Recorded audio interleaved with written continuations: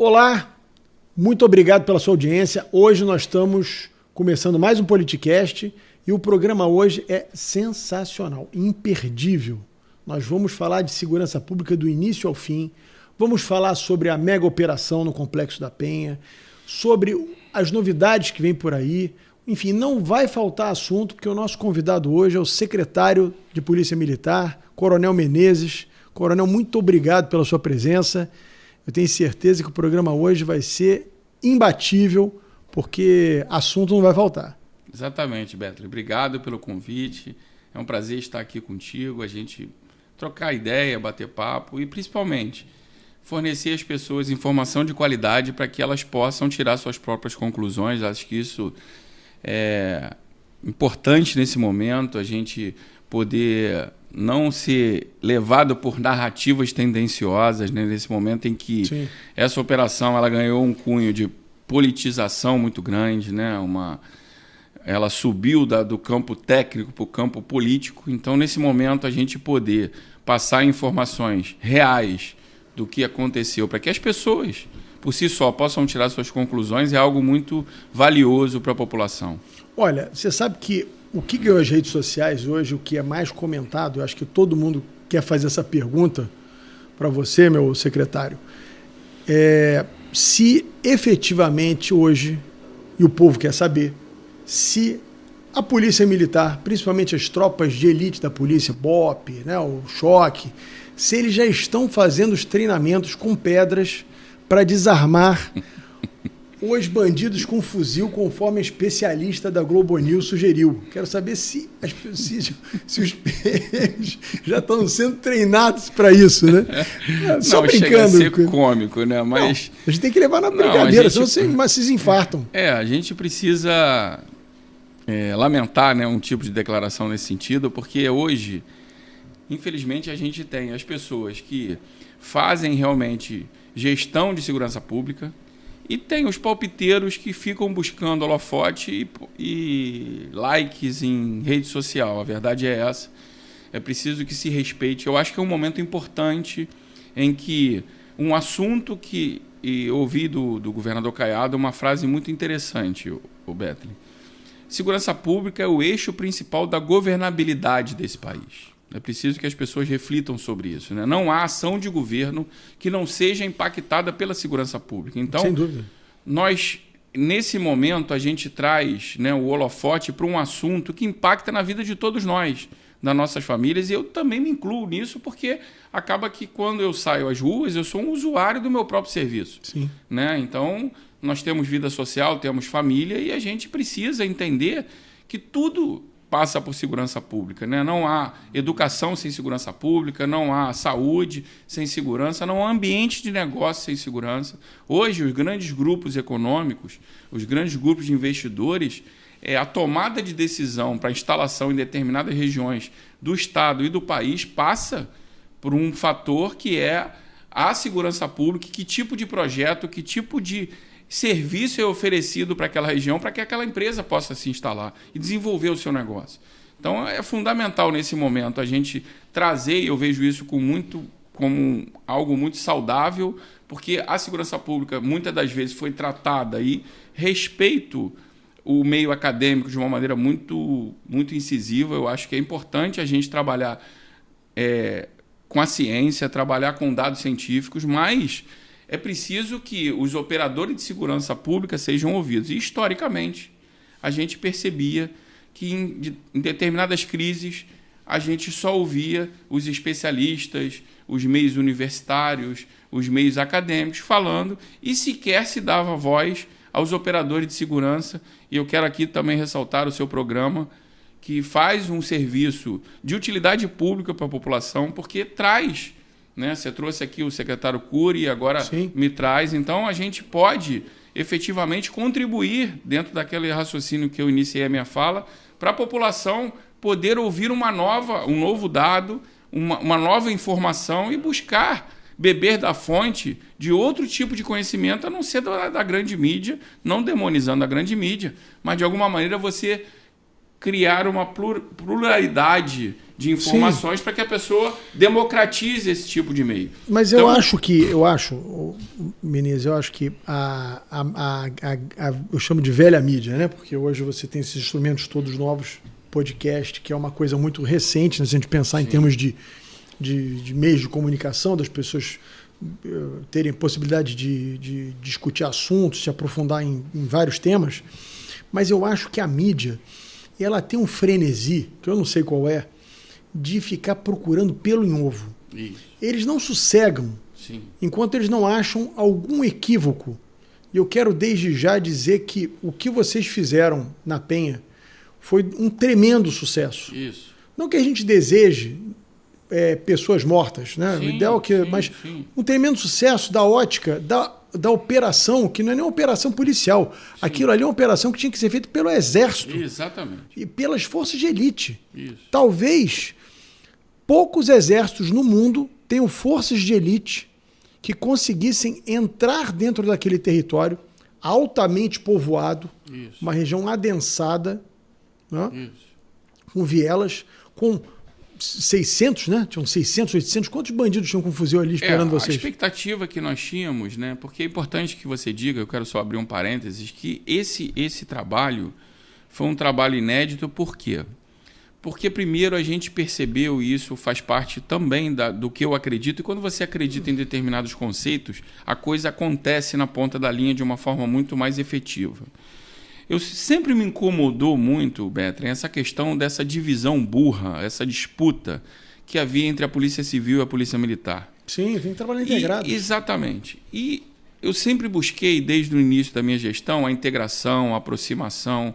E esse entendimento partiu também da Secretaria da Polícia Civil com a chegada do Dr. Felipe. Eu já tinha um bom relacionamento com o secretário anterior, mas a gente fortaleceu muito esses laços. E o que precedeu a operação foi algo inédito, que a gente se debruçou de uma forma muito intensa em estudar a comunidade, estudar os dados de inteligência, os relatórios de inteligência, os prontuários daquela quadrilha que atua naquela região, a divisão de tarefas, o georreferenciamento de toda a comunidade, dos becos, das vielas, das ruas. A gente detalhou o que os policiais, as patrulhas, iriam enfrentar. Ou seja, em determinada viela, em determinada rua, você tem constantemente 4, 5 elementos armados de fuzis. Você tem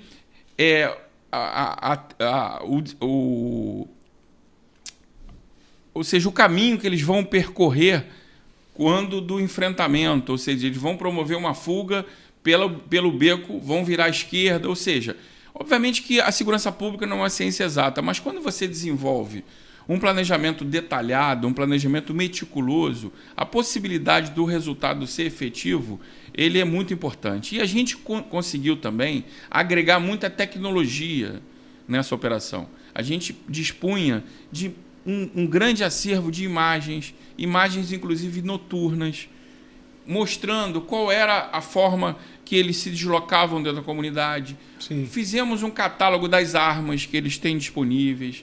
Ou seja, foi um grande trabalho e também é importante dizer que a gente estudou operações anteriores.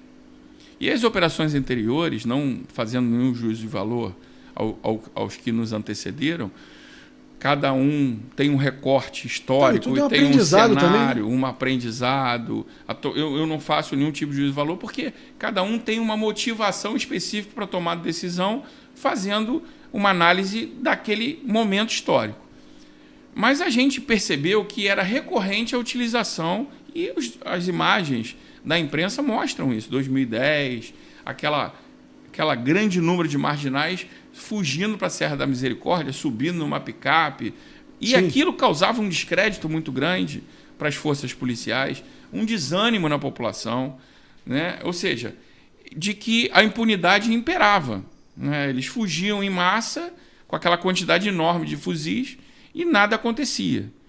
Então a gente estudou aquilo tudo, verificou que havia realmente uma necessidade da gente ocupar a parte alta dessa Serra da Misericórdia, que divide os dois complexos. Para as pessoas que estão nos assistindo, a Serra da Misericórdia é uma região montanhosa que divide os dois complexos. É um complexo que tem 27 comunidades, cerca de 280 mil habitantes, densamente povoada, como você disse, onde a desordem urbana impera, ou seja, aquela área se desenvolveu sem o crivo, sem o planejamento do Estado. A lei do Estado não existe. Ali não existe. Então, é uma comunidade extremamente difícil de operar, é um relevo acidentado, é uma área montanhosa, em que, por uma questão até de táticas militares, quem ocupa a parte alta, quem está num plano mais elevado, está sempre em vantagem daquele que está numa parte mais baixa. Isso é fato. Em qualquer parte do mundo isso acontece. Então, nós decidimos por ocupar a parte alta da Serra da Misericórdia, estabelecendo uma linha de policiais que a gente denominou o Muro do Bope. É importante que se diga que o estabelecimento e ocupação dessa área foi feita mediante também um enfrentamento a marginais que já estavam nessa região. Porque, para que se diga, essa área é uma área que tem uma vegetação densa, é uma área que tem uma pedreira naquela região que está em funcionamento, que ela inclusive fornece material para obras de construção civil na região metropolitana do Rio de Janeiro. Então, é uma área pedregosa, é uma área que tem uma vegetação densa, que dificulta o deslocamento dos policiais, a progressão das patrulhas, né? E lá a gente percebe, a gente se deparou com casas-matas, que são aquelas construções em que os marginais, esses narcoterroristas, eles se escondem para promover o enfrentamento, seteiras, que são muros de alvenaria, em que eles apoiam os fuzis, né, para o enfrentamento, trincheiras que eles cavaram no solo para poder se esconder, tanto que as nossas tropas, de maneira inédita também, Betlen, preciso que se diga, e aí desconstrói a questão da chacina, desconstrói a narrativa da matança, porque, primeiro, a gente não tinha nenhum tipo de orientação das tropas para promover. Aqueles que optaram por se render foram devidamente presos. Os números mostram isso. Houve um número significativo de prisões, que foram 113 prisões, né? Isso, as imagens mostraram isso. Agora, é preciso que se diga que, quando a gente faz a infiltração das tropas na parte baixa e avança e empurra verdadeiramente os marginais, e as imagens de drones foram muito claras, mostrando todos eles com roupas táticas, com fuzis, com coletes, com coturno, mostrando que eles estavam ali buscando, prontos para o enfrentamento, a gente tirou, e o escopo principal da operação era tirar a possibilidade de haver o confronto na área urbanizada da comunidade. Porque a gente precisava, mesmo sob pena de aumentar o risco, aumentar a complexidade da ação, porque, obviamente, que o mesmo risco que os marginais e a mesma exposição que eles tiveram, os nossos policiais também ficaram expostos. Claro. Né? À medida em que você estabeleceu um confronto numa área de mata, para que você tenha uma ideia, os nossos policiais praticamente ficaram deitados e rastejaram durante todo o dia. Você progride, você não tem onde se proteger. Você tem que deitar e rastejar no momento de enfrentamento desse. E eles passaram 17 horas de enfrentamento tomando água, comendo bananada e barra de cereal, para poder dar alguma energia para que eles continuassem avançando. Então, foi um cenário realmente de enfrentamento muito grande. Houve uma intensidade realmente fora do normal, né? Nossas operações elas costumam acabar por volta de meio-dia e 14 horas. Nós entramos às 4 horas da manhã e por volta de 21 horas eu recebi um comunicado, um telefonema do comandante do BOPE a respeito sobre a extração da tropa para que a gente saísse. E as nossas equipes continuavam sob ataque e eu utilizei 3 premissas básicas para tomar a decisão de que nós saíssemos naquele momento, né? A primeira premissa foi a falta de luminosidade, ou seja, a escuridão, que iria fazer com que a nossa tropa se expusesse cada vez mais. A segunda foi o exaurimento físico da tropa. Como eu disse para você, eles só se alimentavam de barra de cereal, bananada, umas questões que não puderam realmente fazer uma refeição adequada. já estavam extremamente exauridos fisicamente. E o terceiro e eixo principal é que o ataque armado ele não parou em nenhum momento, ele não cessou em nenhum momento. Então, até por conta disso, houve a explicação por que os corpos ficaram na mata. À medida em que... Isso que é importante que as pessoas saibam. Os bandidos não retrocederam em momento algum. Não retrocederam em momento algum. Os ataques... A polícia não foi atrás para matar ninguém, não. Os caras ficaram num enfrentamento permanente. Permanente. E aí a ordem partiu de mim para que a gente saísse da comunidade. E a última equipe ela sai às 22 horas até poder agrupar. E naquele momento a gente não tinha a possibilidade, até pela falta de luminosidade, pela extensão da serra, não é uma serra pequena, é uma área maior do que o bairro de Copacabana, né? Preciso que se diga isso também. Então, naquele momento não se tinha a possibilidade de quantificar e entender qual foi o resultado operacional daquela nossa ação. Existia um planejamento de que nós voltássemos no dia seguinte, às 5 horas da manhã, com uma nova equipe, para aí sim promover a preservação do local e fazer um rescaldo do cenário em que a gente atuou, da região em que a gente atuou. Mas, a partir de 1 hora da manhã, eu recebo uma informação, porque também fez parte do planejamento, a gente estabeleceu um grande cerco depois da operação, no pós-operação, né? Durante a operação e no pós-operação, para evitar qualquer tipo de vandalismo, qualquer tipo de ação que viesse impactar as vias do entorno, os modais de transporte, todo um plano de contingência para proteger a cidade, né? De uma ação criminosa dessa facção. E a partir de 1 hora da manhã eu fui informado por essas equipes que estavam lá que a própria Associação de Moradores informou que pessoas, eu não posso afirmar são pessoas ligadas ao Comando Vermelho ou moradores, isso eu não posso fazer esse tipo de ilação, estavam retirando os corpos da mata, somente de cueca e colocando eles na praça da Vila Cruzeiro, de forma alinhada, um ao lado do outro, e esse número foi aumentando ao longo da madrugada. Eu fui recebendo esse telefonema a partir de 1 hora da manhã, e às 3 horas da manhã já existiam aquele número de corpos que a gente viu, aquela fotografia.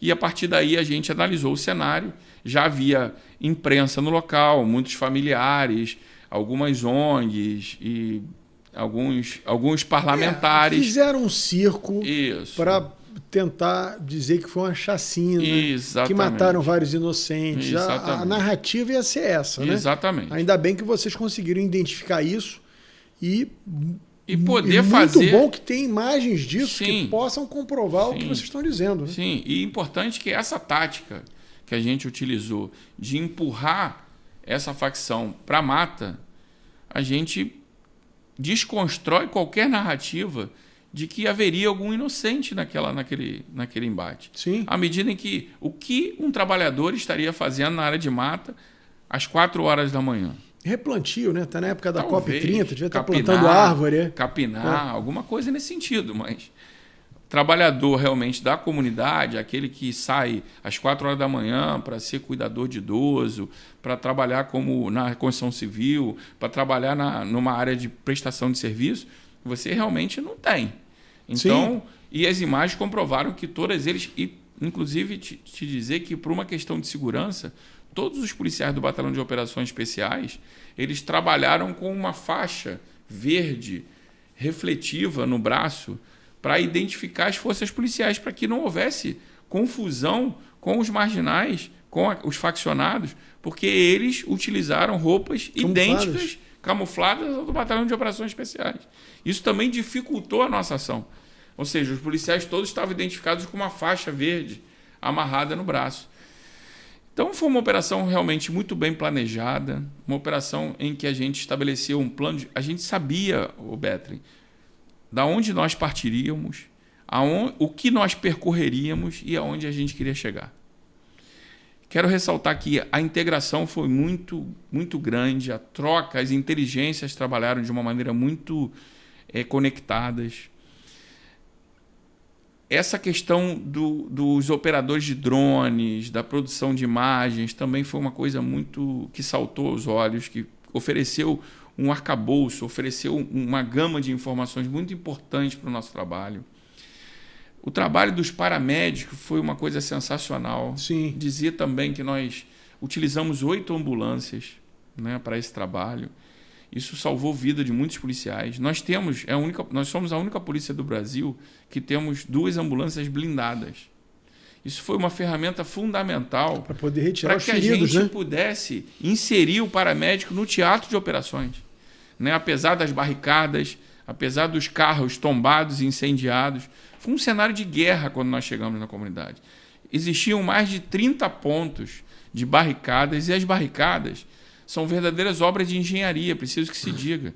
São práticas de guerrilha, práticas realmente de facções que possuem e usam táticas militares. E as informações que nós temos, e aquela área da Serra da Misericórdia, imagens apontam isso também, era utilizada para homicídios, para tortura, para violência sexual, para extermínio de adversários, de oponentes, de outras facções, e de treinamento de ordem militar, de táticas militares. Poucos meses antes da operação, foi preso um ex-policial que passou pelo Batalhão de Operações Especiais, que cobrava, Beto, R$ 1.500 por hora de treinamento para essa facção. E ele dava treinamento de tiro, treinamento de conduta de patrulha, ou seja, preparando essa facção, ela dispõe de um verdadeiro exército, né, de marginais, de narcoterroristas que buscam realmente exercer o controle territorial.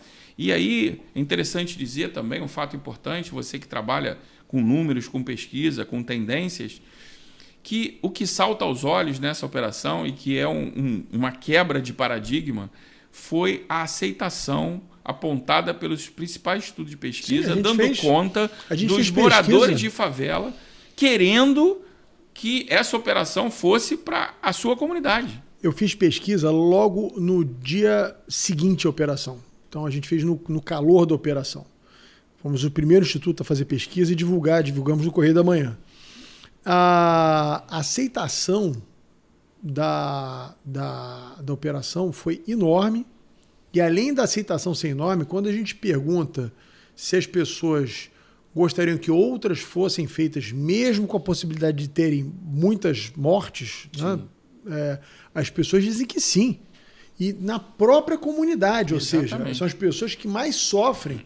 Porque eu que estou aqui num condomínio na Barra, isso me incomoda. Sim. Mas me incomoda a distância, né? Eu não estou dentro da minha casa exposto a esses caras querendo extorquir, abusar, né? Abusar da minha filha, exatamente, né? Viciar o meu filho, isso. E por aí vai. Então, as pessoas que sofrem com isso são as mais desejosas que a polícia, mesmo com o risco de morte, risco de uma série de consequências muito ruins, que a polícia livre esse território desses bandidos. Não, exatamente. E desconstrói uma narrativa histórica de que a comunidade era contra a polícia. Sim. De que a comunidade era contra o poder público. De que a comunidade era protegida, aquela visão romantizada, aquela visão que os bandidos romântica, são uma espécie de Robin Hood. Os protetores daquela região, que eles cuidam da comunidade. Isso é uma falácia. Hoje, o faccionado, as organizações criminosas, elas colocam barricadas, elas cobram taxas, elas humilham, elas torturam, elas assassinam os próprios moradores da comunidade. E a comunidade não aceita mais isso. Então, essa operação, que eu reputo agora como um movimento das pessoas de bem, porque a coisa ganhou um volume, ganhou uma dimensão inimaginável, sim, inclusive para os governos, que de alguma maneira perceberam que o principal tema hoje para o Brasil é a segurança pública. Então, se a gente não perceber e não se conectar enquanto servidor público a essa tendência e essa demanda da população, a gente vai ficar para trás. Então, é o momento da gente virar a chave desse tema, é a hora da gente buscar uma legislação que realmente atenda ao que a população espera né? Essa demonstração que a comunidade apoia e deseja que a operação venha para onde ele mora, isso é uma demonstração clara de que a população não aguenta mais. Acaba, Betry, com essa dicotomia, essa divisão de o morador do asfalto e o morador da comunidade.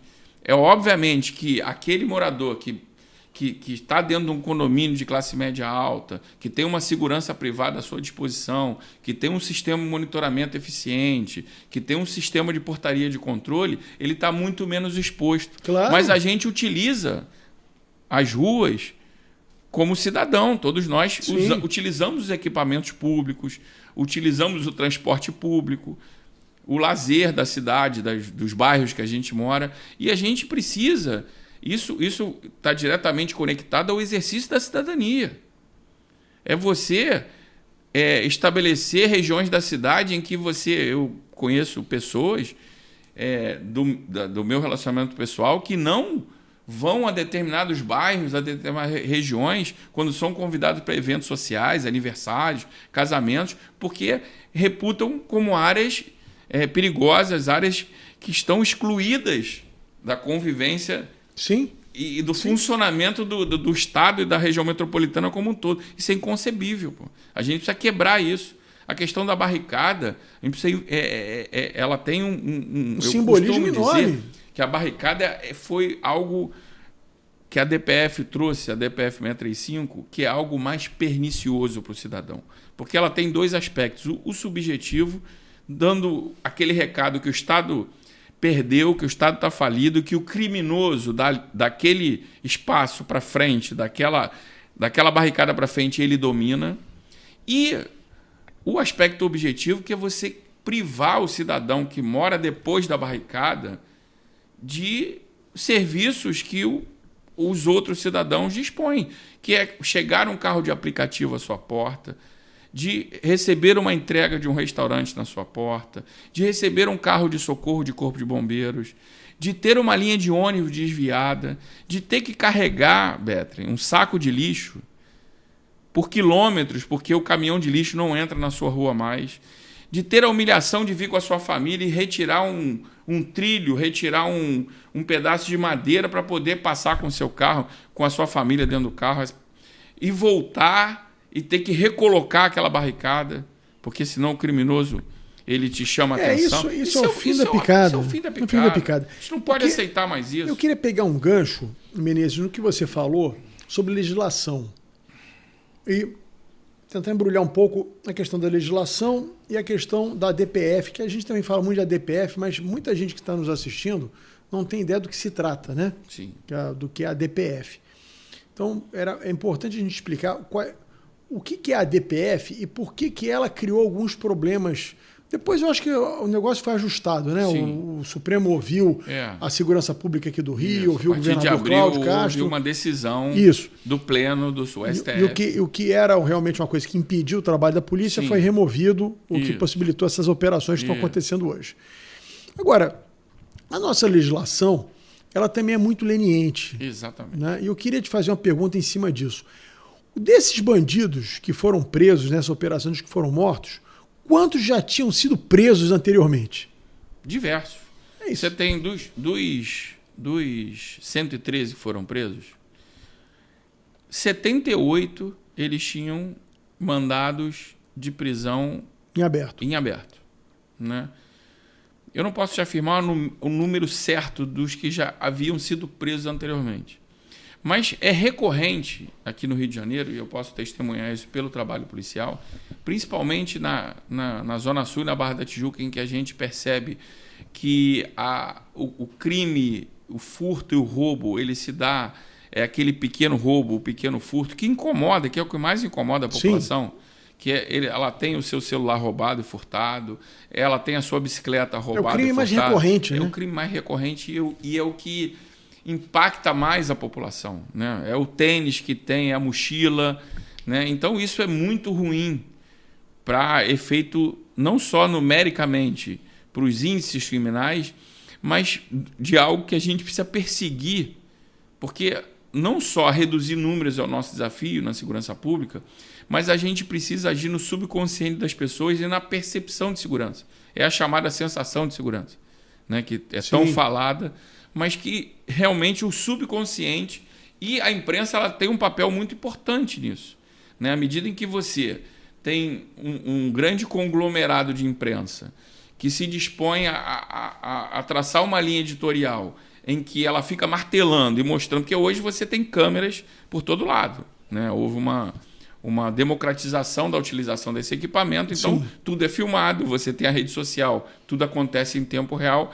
Mas você imagine, se você pegar numa cidade que é uma cidade muito segura, em Oslo, na Noruega, se você pegar numa grande rede de comunicação em Oslo e ficar batendo na mesma tecla um roubo de celular, um roubo de celular, um roubo de celular, aquilo começa a disseminar e causar na população um sentimento de insegurança, uma percepção que ela vai ganhando o tamanho em progressão geométrica, né? Então, o trabalho, muitas das vezes, eu utilizo, e a gente faz uma análise. Hoje, segurança pública é feito de uma maneira muito intensa em análises criminais, em análise de dados, em dados de inteligência e interlocução com as pessoas. Esse negócio da sensação de segurança, que a segurança, às vezes, era muito mais subjetiva do que objetiva. Muito mais. Eu lembro que no governo, se não me engano, da Rosinha ou do Garotinho, eu não lembro qual foi o governo exatamente, o ISP fez uma pesquisa e que eles identificaram que o cara que morava na Lagoa tinha, sei lá, quantas vezes mais, era um número absurdo, quantas vezes mais medo de morrer do que o cara que morava no Complexo do Alemão, no Complexo da Penha, onde foi feita a mega operação. Que é uma coisa completamente subjetiva. Exatamente. Porque morre um cara na Lagoa a cada 10 anos, 20 anos, sei lá. No Alemão morre toda semana. Então, seria, em tese, o cara que mora no Alemão tem muito mais chance de morrer do que o cara que mora na Lagoa. Mas o cara que mora na Lagoa tendo acesso a notícias a todo momento, o cara se munha de um medo que não tem objetividade nenhuma. É subjetivo, mas é o que age no a sensação de segurança. A percepção dele é de insegurança. Ele se sente inseguro. E isso é um trabalho extremamente complexo e difícil. E aí você precisa também trabalhar em termos de uma guerra informacional em curso, né? Você titularizar narrativas. E eu tenho trabalhado isso muito na gestão da Polícia Militar, da gente virar a chave da comunicação, da gente produzir conteúdos positivos, porque muitas das vezes nós somos 43 mil homens e mulheres, né? Nós somos a segunda maior polícia do Brasil.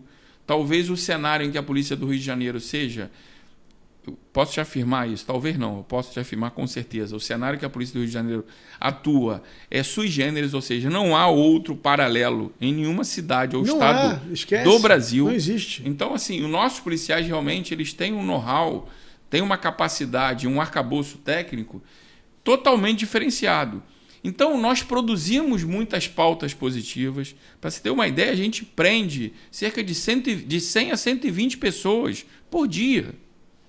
Então, o número da produção policial nunca esteve tão em alta. Mas é preciso que se produzam pautas. E nós temos... Eu costumo dizer que a Polícia Militar ela vai do alfinete ao foguete, né? Porque nós somos chamados... Para tudo. Para tudo. Briga de casal. Exatamente. Tudo. Som alto, um desentendimento num condomínio...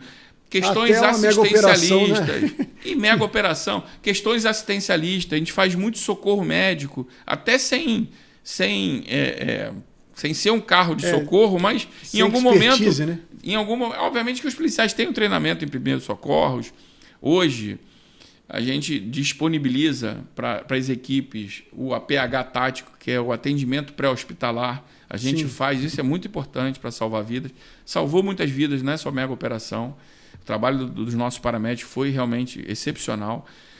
Mas é preciso que se diga que a gente, voltando ao nosso raciocínio, que a gente titularize narrativas. Porque se nós não ocuparmos esse espaço, alguém ocupa contando uma versão que muitas vezes não é correta. E é importante que a corporação inclusive dentro do seu planejamento estratégico, esteja voltada a buscar titularizar narrativas para que a gente conecte a opinião pública de maneira adequada e a opinião pública entenda que grande parte do nosso trabalho é um trabalho de salvamento, é um trabalho de estar ao lado da população. É preciso que se diga que a polícia, e não estou aqui fazendo nenhum desmerecimento de qualquer outra profissão, mas é a única profissão, Bethlen, que promete o sacrifício da própria vida em defesa da população. É verdade. Então, essa profissão ela tem que estar na primeira prateleira do serviço público. E eu queria te contar uma história, referendando essa questão de que a polícia do Rio talvez faça o que nenhuma polícia do mundo faz. É a melhor polícia do mundo. Só vou referendar uma história justamente para contar uma história aqui para referendar o que você está dizendo aqui. Um grupo de empresários do Rio, há uns anos atrás, resolveu contratar especialistas israelenses que trabalharam na Mossad, que é considerado talvez a melhor força especial do mundo, o melhor serviço secreto do mundo, para fazer um plano de segurança para o Rio de Janeiro e entregar, assim, dar de presente para o governador à época um plano de segurança. Esses caras vieram aqui no Rio de Janeiro. Quando chegaram ali no pé da Rocinha, viram aquele terreno íngreme e os bandidos lá em cima, eles perguntaram: vocês entram aqui? Vocês conseguem entrar nesse lugar? Aí o policial que estava com eles: não, a gente volta e meia faz operação aqui, entra, prende bandido, troca tiro. Então não tem nem como fazer plano de segurança para vocês. O que vocês fazem, a gente não consegue fazer. Exatamente. Então, assim, indo além, o que nós estamos discutindo hoje no Rio de Janeiro, em vários lugares do Brasil, também não é só o Rio de Janeiro, passou o tempo que essas quadrilhas vendiam droga. Isso. Né? Outra coisa que se romantiza também é o seguinte: não, se legalizar a droga, acaba com crime no Rio de Janeiro. Essas facções estão longe de serem vendedores de droga. O problema é muito além disso, é importante que se diga. E, mais uma vez, referendando que o trabalho de vocês foi heróico, porque em todos os lugares do mundo onde isso acontece, essas operações de retomada de território, porque é um problema de soberania, é feita pelo Exército, pelas Forças Especiais da Marinha e por aí vai. Como é no caso do México, por exemplo, da Colômbia e tantos outros lugares. No Rio de Janeiro, quem está fazendo esse trabalho é a polícia. E de maneira isolada. Isso tinha que ser um trabalho feito pelas Forças Armadas. Isso. Porque é um problema de domínio territorial. Isso. O Rodrigo Pimentel veio aqui no programa, ele contou uma história que até pão do Comando Vermelho tem hoje. Os caras vendem pão. Ovo. Os caras dominam o território. Eles obrigam a você comprar ovo de determinada empresa, eles dominam o processo de produção, são empresas legalizadas que emitem nota fiscal eletrônica. Então eles obrigam a você a comprar pão, ovo, alho, água. Então eles estão controlando todo o processo produtivo. Eu recebi uma denúncia semana passada, Bethlen, eu obviamente não vou citar a região da cidade, nem as pessoas envolvidas, até para preservar né, a fonte, a integridade física, mas uma pessoa que é dona de um prédio comercial, em determinada área da cidade, e ele entrou em contato comigo para buscar proteção porque ele foi ameaçado pela milícia de que ele deveria mandar todos os funcionários dele embora. Ele aluga as salas comerciais, ele deveria mandar todos os funcionários embora e que ele, a partir daquele momento, deveria contratar a empresa de administração de condomínio, de limpeza, de conservação, de portaria da milícia. Então, a gente percebe que hoje a prática, né, desenvolvida para essas organizações criminosas, E hoje também não tem mais diferença entre milícia e tráfico, né? Eles fazem a mesma coisa. Não tem, né? A DPF trouxe... A questão da pandemia, ela trouxe essa nova modalidade que a gente estudou de mudança de atuação dessas organizações criminosas. Porque eu vou te dar aqui um exemplo utilizando o Complexo do Alemão e da Penha. Você, para traficar droga, você tem que trazer essa droga da Colômbia, do Paraguai, você tem que entrar no Brasil, vir por uma estrada, por um porto, por um aeroporto. E tudo isso não tem nada a ver com a polícia do Rio. Chegando aqui, você tem que levar para um laboratório, manusear quimicamente, porcionar aquilo, fazer todo um controle financeiro daquilo, estabelecer a distribuição para pontos de venda de droga, colocar segurança, colocar o olheiro lá. Toda essa estrutura, além de ser uma estrutura em que ele se expõe muito para ser preso, é uma estrutura complexa e pesada e onerosa em termos de custeio. Aí eu vou te dar um exemplo utilizando o Complexo do Alemão. O Complexo do Alemão, ele tem 280 mil moradores, do Alemão e da Penha, todas aquelas 27 comunidades. Eu vou fazer uma linha de corte pela metade e vamos dividir isso aí em 140 mil pessoas economicamente ativos, tá? Pessoas ativas. Sim. E vamos estabelecer um plano básico. Todo mundo usa internet hoje. Vamos estabelecer um plano básico de internet que custe R$100. Se você multiplicar 140 mil pessoas ativas, residências, que contratem a empresa imposta pela organização criminosa que domina aquela região, 140 mil vezes um plano básico de R$100, você tem um faturamento inicial só com internet de 14 milhões de reais por mês. Olha só. Então, Betley, é uma coisa que realmente a gente precisa entender, estudar e trabalhar a segurança pública, trabalhar o sistema criminal brasileiro para fazer frente a essa nova roupagem. Por exemplo, esse crime até onde eu saiba, de domínio de território, ele não é tipificado. Não é, a barricada não é tipificada.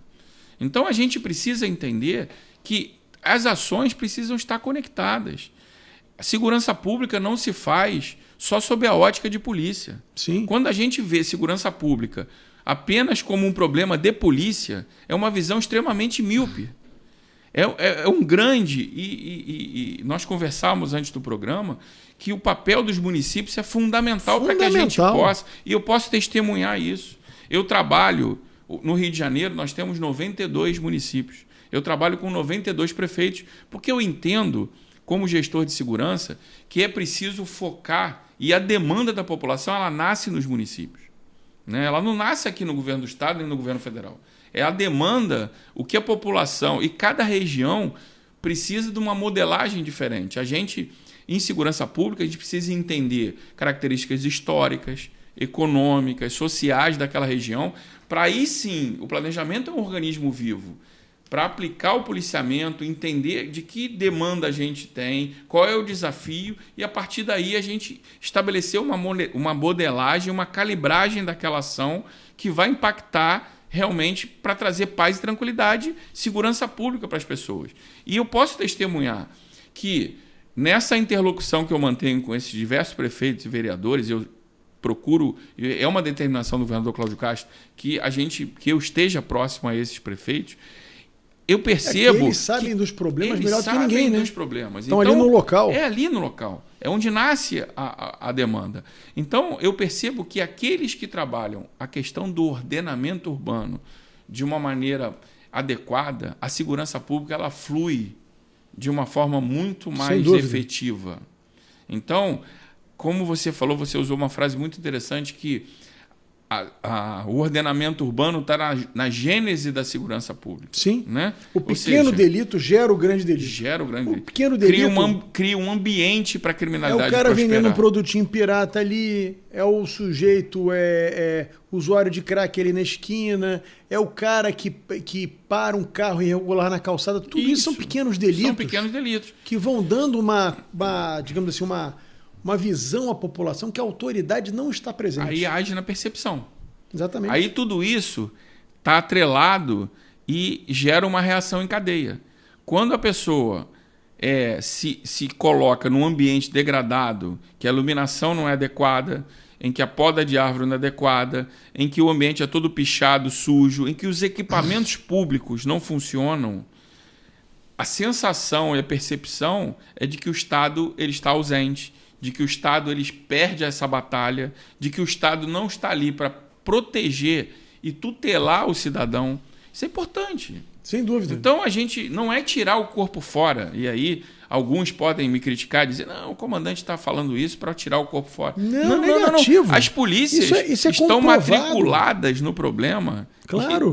Dão exemplos diários até o último período, até o pós-doutorado. Mas isso é comprovado. A segurança pública começa no ordenamento urbano feito pelos municípios. Isso aí não é uma questão de tirar o corpo fora, não. É uma realidade comprovada no mundo inteiro. Há estudos científicos sobre isso. Olha, Menezes, eu fui secretário de Ordem Pública em 2009 e 2010. Na primeira gestão do Eduardo Paes, nós criamos ali a Secretaria de Ordem Pública.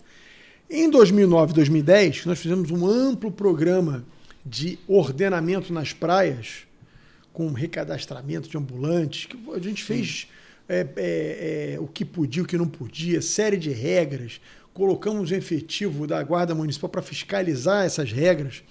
Nós não tivemos um único arrastão em 2009 e 2010, porque nós passávamos exatamente essa mensagem para a população que ali existia a regra, ali o poder público estava presente. Então o cara que pensava em ali fazer uma desordem, uma bagunça, um arrastão, o cara pensava duas vezes. É fundamental esse trabalho. Então a gente passar uma mensagem clara de que há união de esforços, de que há um regramento a ser observado e que as pessoas de bem é que mandam na cidade, é que mandam nos estados. A gente não pode, e essa operação acho que trouxe isso, né? Sim. Porque havia um sentimento de desesperança, né? As pessoas estavam realmente sem norte, sem rumo. Não, você tocou numa palavra-chave. Nossa pesquisa, nós medimos também algumas palavras, né? Quando você vê essa operação, o que vem à sua cabeça? Nós listamos algumas palavras. Esperança, medo, alívio, indignação.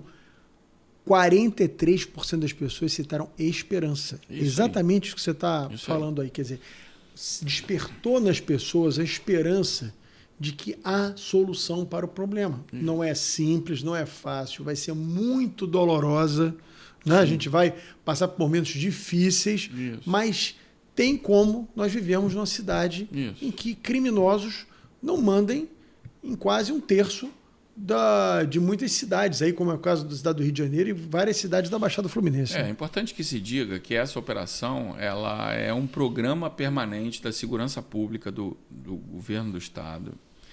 Ela surgiu de um inquérito com cerca de 1 ano de investigações que foi conduzido pela Delegacia de Repressão Entorpecente, em cima exatamente daquela facção criminosa Comando Vermelho, que atua naquela região do Complexo da Penha e do Alemão, que produziu 100 mandados de prisão e mais de 160 mandados de busca e apreensão. Então, é preciso que se diga que tem um outro aspecto que pouco tem se falado nessa operação. Essa operação, Beto, ela produziu muito conhecimento.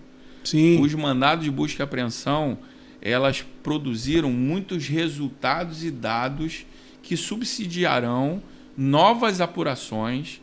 E eu quero dizer o seguinte, a Operação Contenção, ela continua. Ela vai perdurar. Esse modelo adotado, ela serviu como um laboratório exatamente que vai nortear nossas ações futuras. Já foi dito pelo governador que operações... nós vamos desenvolver outras operações nesse sentido, né? E aí se disse, por que nós não permanecemos? Né? É preciso simples, que se faça a distinção da reocupação territorial prevista na DPF 635, que foi uma decisão percúria, né? Uma decisão do Pleno, uma decisão de consenso de todos os ministros do Supremo Tribunal Federal, que traz também uma nova roupagem muito interessante no sentido de estabelecer uma matriz de responsabilidade dos outros entes federativos, porque não é só a polícia que é paciente nessa ação. Sim. Existem outros órgãos que precisam, inclusive do governo federal, no que tange ao financiamento, requalificação dos espaços urbanos, diversas secretarias dos municípios que precisam agir nessa região, para que a gente não replique o que foi feito com as UPPs. Há uma demonização da questão das UPPs, mas é preciso que se diga que as polícias ficaram sozinhas.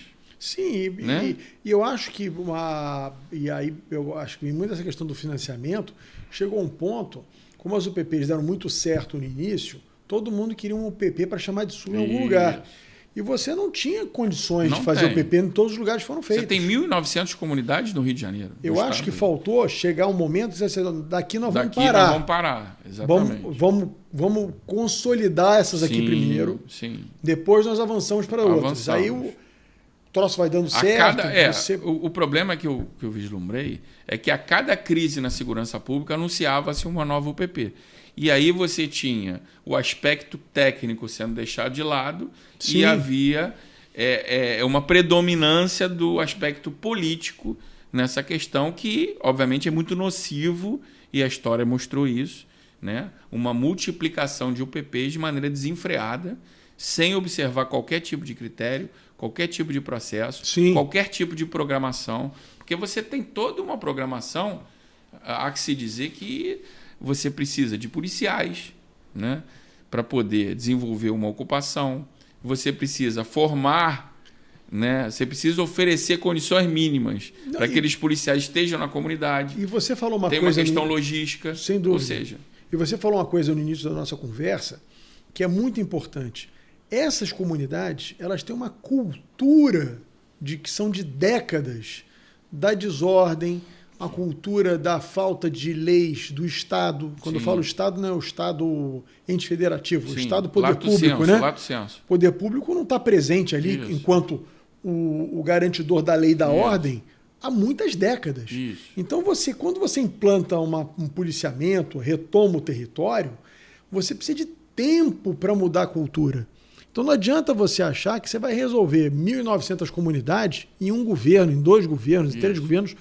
Isso vão demorar décadas para acontecer. Tem que ser uma política de Estado, exatamente, não uma política de governo. Se começar hoje, você vai demorar décadas para retomar todos esses territórios novamente. Isso. Talvez nem consiga retomar todos, mas é importante que as pessoas tenham essa ideia de que é um negócio que vai demorar tempo, o início vai ser doloroso, né? E nós vamos ter que ir avançando paulatinamente para não ocorrer o que ocorreu com as UPPs. Começou a dar certo, então vamos fazendo aqui, vamos fazendo ali. Você começa a canibalizar as que existem, porque você não tem efetivo para tudo quanto é lugar, e aí acaba a coisa caindo. Acontecendo o resultado que a gente percebeu. Exatamente. Mas então é importante, só concluindo o meu raciocínio, que as pessoas entendam que há um processo, né, conduzido pela Secretaria de Segurança hoje, pelo Dr. Vitor, coordenando as forças policiais, e principalmente, obviamente, que isso passa por um plano estratégico em que o governador irá conduzir junto às prefeituras da região metropolitana, já que há uma matriz de responsabilidades e o paciente é o Estado lato sensu, né? São todas as esferas de poder com matriz de responsabilidades para que haja uma reocupação dessas regiões. E a gente estabeleceu como laboratório a região do corredor Itaiangá, pegando do Rio das Pedras até a Gardênia Azul. Então, eu acredito que nos próximos 30 dias a gente já comece a desencadear esse processo. Essa informação muito importante. Né? Isso é algo que vem acontecendo para dar cumprimento a uma decisão judicial do Supremo Tribunal Federal, que será utilizado como laboratório, como você bem disse, para que a gente possa replicar. A gente entende e trabalha sob a perspectiva de que isso vai gerar um novo modelo integrado de ação pública, de segurança pública, em que a gente pretende replicar para outras regiões da cidade e do Estado. Essa é uma questão. A operação contenção, ela visa, principalmente, ela trabalha sobre 2 eixos principais.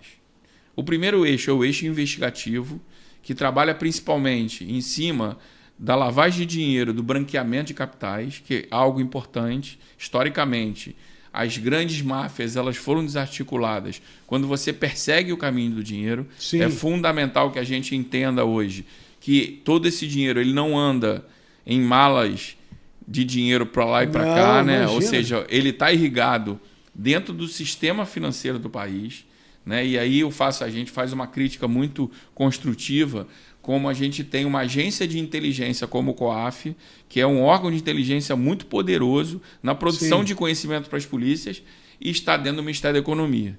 quando deveria estar dentro do Ministério da Justiça, produzindo informações que subsidiariam investigações poderosíssimas que iriam atacar essas estruturas econômicas dessas organizações criminosas, né? Quando a gente fala que o Comando Vermelho lavou, só por dentro, o que foi identificado no ano passado, 32 bilhões de reais, a gente percebe que está lidando com volume de dinheiro, com cifras, né, muito robustas. Então, que também não desmerece, tira a importância de operações como foram feitas na Penha e no Alemão, porque também se você não for a campo tirar os caras dali, continua o dinheiro a fluir, né? Aí você tem um outro eixo importante, que é o eixo operacional, esse de alguma maneira conduzido de maneira integrada, mas titularizado muito maior, de uma forma mais abrangente pela Polícia Militar, até pelo tamanho que ela tem, em que a gente buscou essa demanda.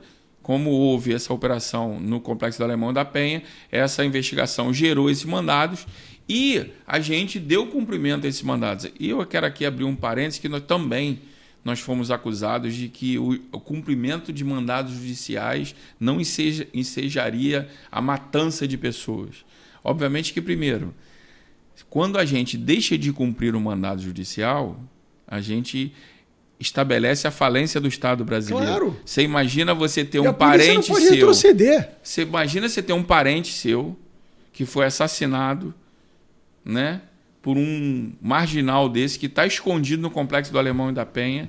Você patrocinou uma ação, você contratou um advogado, você teve toda a persecução criminal que levou à condenação, a expedição de um mandado de prisão que vai ficar em cima de uma mesa, dentro de uma gaveta, enquanto um ente querido seu, um filho, uma mãe, um pai, foi assassinado e você quer que se faça justiça e cumpra. E o Estado brasileiro se omite nesse momento porque não vai no Complexo do Alemão da Penha. Isso é inimaginável. Inimaginável. E agora, a gente não pode admitir isso. Menezes, o governador Cláudio Castro falou um negócio numa dessas entrevistas logo após a operação que eu achei muito importante, porque a gente se acostumou no Rio de Janeiro a achar normal um cara portar um fuzil. Isso. Nenhum lugar do mundo, Sim. em nenhum lugar do mundo, eu posso afirmar a você, se tiver um cara com um fuzil na rua, a polícia primeiro vai atirar no cara para neutralizar o sujeito. Para bater na hora. Na hora. Isso. E depois vai ver o que o cara tá fazendo com aquele fuzil. Porque o fuzil é uma arma de guerra, Beto. Uma arma de guerra. Você não é uma arma de defesa. Não é um cara que tá com uma pistola, um revólver que ele usa. Exatamente. É um fuzil, uma arma de guerra com alto potencial lesivo. É utilizado em conflitos de guerra por todo o país, por todo o mundo, melhor dizendo. Isso é uma loucura você admitir e tratar aquele narcoterrorista como uma vítima da sociedade. Não, como uma falta de oportunidade. Porque oportunidade, muitas dessas comunidades no Rio de Janeiro dispõem, óbvio que há muito a se avançar, mas muitas das comunidades têm diversos programas sociais, diversos tipos de intervenções do Estado, que a gente tem aqueles que... Eu dei uma declaração muito dura nesse sentido. Quando você trata o criminoso que é aliciado por uma cultura de facilidade, uma cultura de ostentação, uma cultura de status perante a uma quadrilha, a uma facção, isso é aliciamento de jovens. Isso não é falta de opção. Né? Isso é a facilidade que é vendida daquela ostentação. Então, quando se busca e se trata, estabelecer uma narrativa de que esses jovens são vítimas, é desrespeitar os mais de 30 milhões de brasileiros que ganham R$ 1.518, que é o salário mínimo desse país, e sequer cogitaram colocar a mão num fuzil. Coronel, eu li em algum lugar, eu não lembro onde, que semana que vem o governador vai chamar os prefeitos da região metropolitana para uma reunião para que o Estado apoie e até de alguma forma financie para uma grande operação de retirada dessas barricadas que, na verdade, delimitam esse domínio territorial dessas facções. E eu considero isso uma das coisas mais importantes, que eu acho que isso é emblemático. Parece uma coisa simples. O que a polícia tem que ficar tirando tijolo da rua, ferro da rua, quebra-mola da rua? Isso é, na minha opinião, talvez uma das coisas mais importantes a serem feitas para enfraquecer essa tese do domínio de território. Como é que vai se dar essa operação? O governador vai anunciar, né? Eu não posso dar esse spoiler, claro, né? Ele vai anunciar segunda-feira essa grande reunião, mas em linhas gerais, nós já da Polícia Militar desenvolvemos esse trabalho, obviamente com maior dificuldade, né? E o que você fala, Beto, é uma coisa muito importante, porque isso está diretamente ligado à dignidade das pessoas, ao exercício da cidadania. Sim. Como a gente falou anteriormente, a barricada é algo humilhante para a população e a gente não pode aceitar isso. Nós somos a única polícia do Brasil que dispomos de uma unidade de demolição. Né? Nenhuma polícia do Brasil possui o que nós possuímos. Ou seja, para que as pessoas entendam, nós temos 6 kits de demolição, que são reto-escavadeira com caminhões basculantes, operadores de máquina, operadores de caminhão basculante, em que a gente retira diariamente barricadas da região metropolitana. Ou seja, o nosso estado é dividido por comandos de policiamento de área. São comandos intermediários que fazem a coordenação dos batalhões de área. Sim. Então, as barricadas, elas, na sua grande maioria, estão concentradas no primeiro, no segundo CPA, que a gente chama, que é o Comando de Policiamento de Área, que é o município do Rio de Janeiro, o terceiro CPA, que é a Baixada Fluminense, e o quarto CPA, que é São Gonçalo, Niterói e Itaboraí. Então, a gente mantém esses kits nesses 4 grandes comandos de policiamento de área, mais no nosso comando de operações especiais, em que há necessidade hoje para que a gente desenvolva qualquer ação de nível operacional nessas regiões, a gente planeje de forma antecipada uma intervenção para que as nossas equipes possam adentrar nessas comunidades, elas vençam verdadeiras obras de engenharia. Em algumas, nós temos barricadas de todo tipo, né? Barricadas que são resíduos sólidos, lixo, entulho, material, geladeira, sofá inservível. Trilho de ferro, e né? Desde perfis metálicos, trilhos concretados no asfalto, soldados e muitos deles, em grandes complexos, eletrificados. Isso impõe para nós um desafio enorme, para que você entenda o tamanho do trabalho que é desenvolvido por esses agentes públicos na operação da segurança pública. A gente, muitas das vezes, para romper essas barreiras, usa material explosivo TNT, que é utilizado em pedreira, ou utiliza maçaricos para poder cortar esse material e avançar. Né? E é preciso também que as pessoas entendam que, por uma questão do poderio bélico dessas organizações, os nossos policiais eles são conduzidos para essas regiões dentro dos veículos blindados. E quando eles se deparam com essas barreiras, eles precisam desembarcar. Isso provoca uma exposição e uma dificuldade maior para que a gente avance no terreno. E isso faz com que, muitas das vezes, o nosso alvo, uma liderança, ele ganhe tempo para poder fugir. Se esconder, para fugir, ou seja... E muitas das vezes a gente é acusado de a operação vazou. Não. Há uma dificuldade enorme da gente operar nessas regiões. Sim. E quando há esse trabalho, e eu vejo como também, Beto, aqui mais uma grande oportunidade, uma janela de oportunidade que essa mega operação trouxe, que é um envolvimento direto dos prefeitos. Né? Não só na questão do ordenamento, mas da manutenção das vias públicas. Porque você trabalhou muito tempo na Prefeitura do Rio e sabe que as prefeituras dispõem de equipamentos e de uma estrutura muito mais robusta do que nós. Então, por exemplo, nós temos... Sair da sua atividade fim. Daqui a pouco você vai ter equipe de asfalto, equipe de concreto. Daqui a pouco você está consertando pracinha. Exatamente. Então, muitas das vezes, a gente se depara também com trincheiras. Eles cavam valas de cerca de 1 metro de profundidade para evitar que os nossos blindados ultrapassem aquela região e adentrem ou acessem aquela via. Então, a gente precisa de material sólido para colocar nessa via, nesse equipamento público. E aí você precisa de concreto, de asfalto, de maquinário.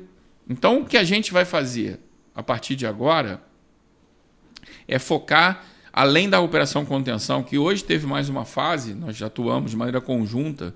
Lá em São João do Meriti, nós tivemos um vereador preso, envolvido com o Comando Vermelho, acusado, obviamente, mas foi expedido um mandado de prisão e a gente vem avançando e novas operações irão surgir. Mas, além da operação contenção, além da reocupação, a gente vai trabalhar focado na retirada de barricadas. O governador vai ser intolerante nesse sentido, de libertar a população do Rio de Janeiro das barricadas. A gente vai atuar fortemente na questão da apreensão de fuzis, né? Retirar e exigir uma política assertiva e efetiva do governo federal no sentido de frear essa entrada de armas no Rio de Janeiro. Para que se tenha uma ideia, no ano passado, a série histórica, somente a Polícia Militar, Beto, apreendeu 632 fuzis. O segundo estado, que foi a Bahia, apreendeu 84. Para você ver a ordem de grandeza. Somente esse ano, nós estamos no mês de novembro ainda, nós rompemos a barreira de 700 fuzis apreendidos somente a Polícia Militar. A gente vai beirar os 1.000 fuzis até o final do ano. Que loucura. Isso é um número absurdo, que demonstra o aumento, o incremento das ações policiais, da efetividade da ação policial, mas demonstra também que há uma prostituição do acesso a esse tipo de arma por essas facções criminosas. Pergunta a você, Coronel, quantas pessoas a Polícia Militar já prendeu ao longo de 2025? Você tem esse número? Eu não, olha, eu não, posso não te falar... exatidão, mais ou menos. Não, eu posso te falar que durante o ano passado foi o recorde. Nós prendíamos por ano cerca de 27 a 30 mil pessoas por ano. Nossa, olha que número. No ano de 2020, no ano passado, foi também o recorde histórico. Nós prendemos, a Polícia Civil, a Polícia Militar do Rio de Janeiro prendeu 42 mil pessoas. Olha isso. Então, quer dizer, a polícia não trabalha pouco. Agora, a polícia trabalha muito. Emendo a pergunta, desses 42 mil, quantos ainda estão presos? Não, eu vou te dar o dado. A população carcerária do Rio de Janeiro são 40 mil detentos. Ou seja, se 10% desses 42 mil que vocês prenderam estão presos, é muito, né? Exatamente. Então é só fazer uma conta. Já estão lá, né? Já estão presos há muito tempo. Então, a gente precisa... Mudar a legislação, não tem jeito. Então, voltando àquela sua pergunta, a gente vai focar em barricada, a gente vai focar na questão do fuzil, na apreensão de fuzis, e a gente vai focar também numa operação que é muito importante, e aí voltada principalmente para a área de segurança pública, para vinculação a crime, que é a operação em cima das motocicletas. Isso é muito importante. Porque a gente entendeu, estudando, os dados apontam que a moto, ela, além de ser o maior vetor da produção de assalto, de roubos, de roubo de veículo, roubo de celulares, ela também é a maior vítima, porque em termos de número de veículos em circulação, ela também tem a maior frota. Então, sim, hoje, ela além de ser o vetor de incremento daquela ação criminosa, ela também é a maior vítima dessa ação de roubo de veículos. Então, sim, é importante que a gente haja nisso.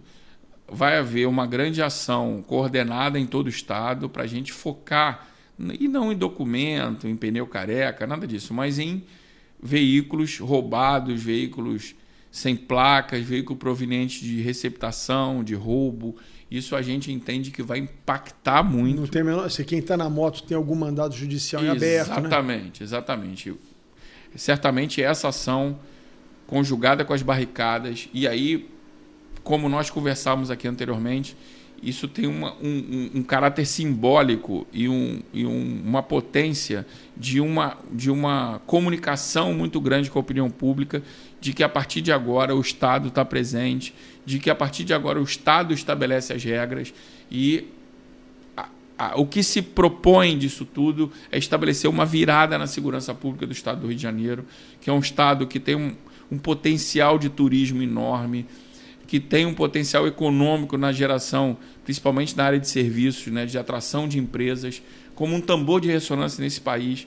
E o meu compromisso, o compromisso do governador, da área de segurança pública, é que nós participemos desse processo de uma forma muito ativa, e ao final desse governo a gente entrega um Estado muito melhor, entendendo que, como você disse, que isso é algo que precisa ser estabelecido como uma política de Estado, mas que a gente entre para a história como aqueles que iniciaram esse processo, que obviamente vai ser aperfeiçoado ao longo dos anos, mas que a gente promova a virada de chave na segurança pública, porque a população de bem, Beto, não aguenta mais.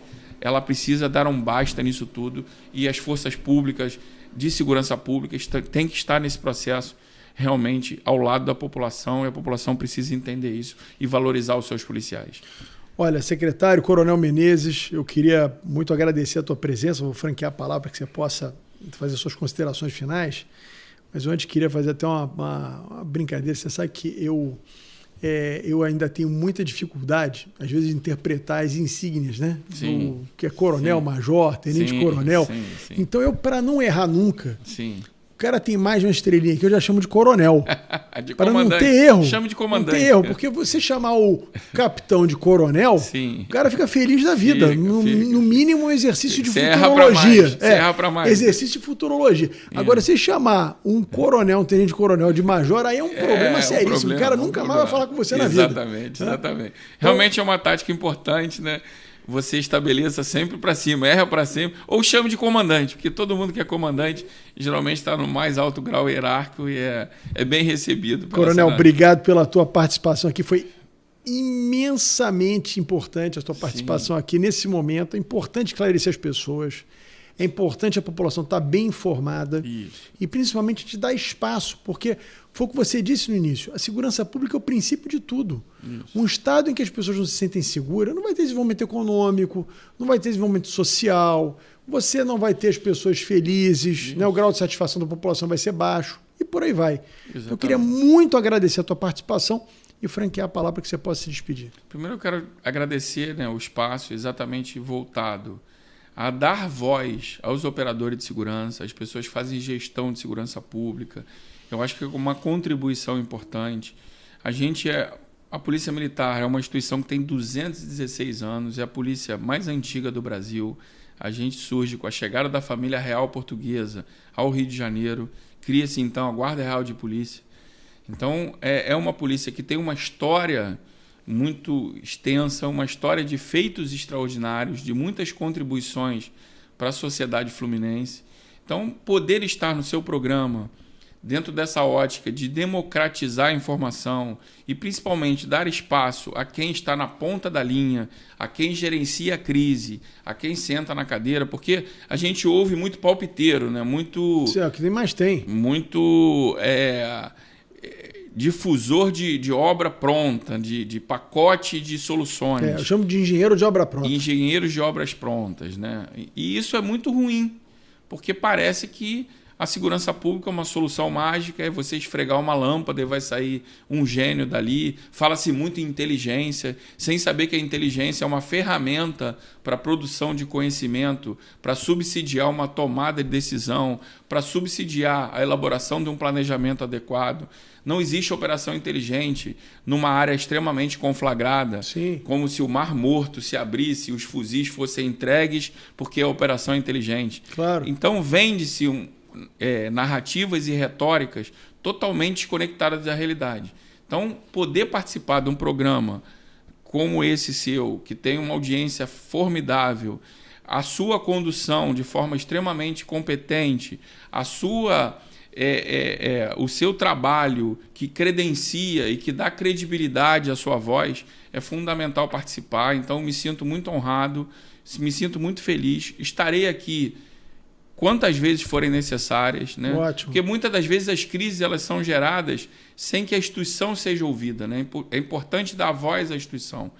E muitas pessoas estabelecem algumas ilações, algumas crises, sem que a instituição se posicione, e não é obrigatório que as pessoas concordem com o nosso posicionamento, mas principalmente elas precisam entender que os operadores precisam ser ouvidos, e a partir daí a gente estabelece um entendimento sobre segurança pública. Mas eu queria agradecer a oportunidade, dizer que a Polícia Militar se sente muito feliz.